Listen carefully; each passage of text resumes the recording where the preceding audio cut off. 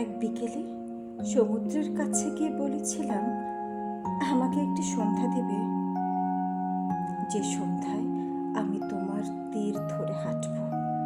আমার শাড়ির আঁচল বেলাভূমির বালিতে চুম্বন করতে করতে এগিয়ে চলবে তোমার সাথে।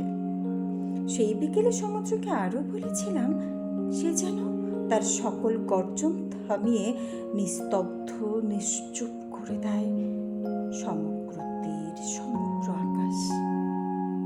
সমুদ্রের গর্জনে আমার প্রিয়তমর ভারী নিঃশ্বাস যদি শুনতে না পাই, আমি আগুন জ্বালিয়ে দেব।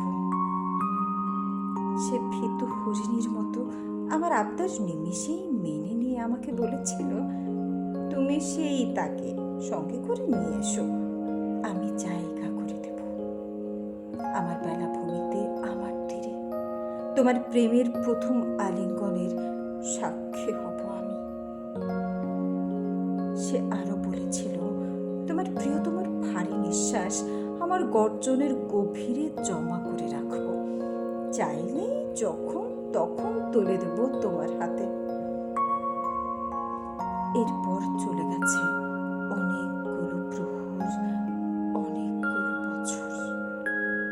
এক সন্ধ্যায় আমার প্রেমের প্রথম আলিঙ্গন বাতাসের গায়ে অঙ্কন করেছি, আমার তীব্র কল্পনায়, তীব্র অনুভবে।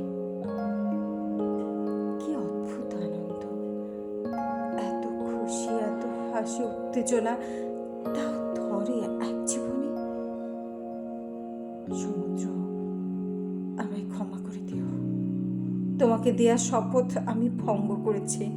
আমি জানি গর্জন থামিয়ে কত অপেক্ষা তুমি করেছো, আমি যাইনি। সমুদ্র, তোমাকেই বলছি, আমি পেয়েছি, আমি তাকে পেয়েছি।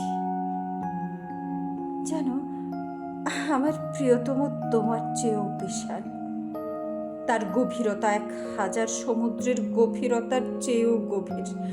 তার নিঃশ্বাসের ভারী শব্দের কাছে তোমার গর্জন ম্লান।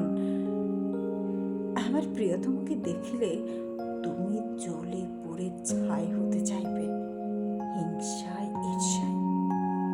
তাই তোমাকে সাক্ষী না রেখেই আমার প্রেমের প্রথম আলিঙ্গন আমি এঁকে ফেলেছি এক গভীর সন্ধ্যায়, ধুলি ওড়া বাতাসে মিশে। সে সন্ধ্যায় কোনো সাক্ষী ছিল না, 1000 বছর একসাথে চলার কোনো শপথ ছিল না, ছিল না কোনো প্রতিজ্ঞা। আমি পেয়েছি, তবুও আমি পেয়েছি এক বিশাল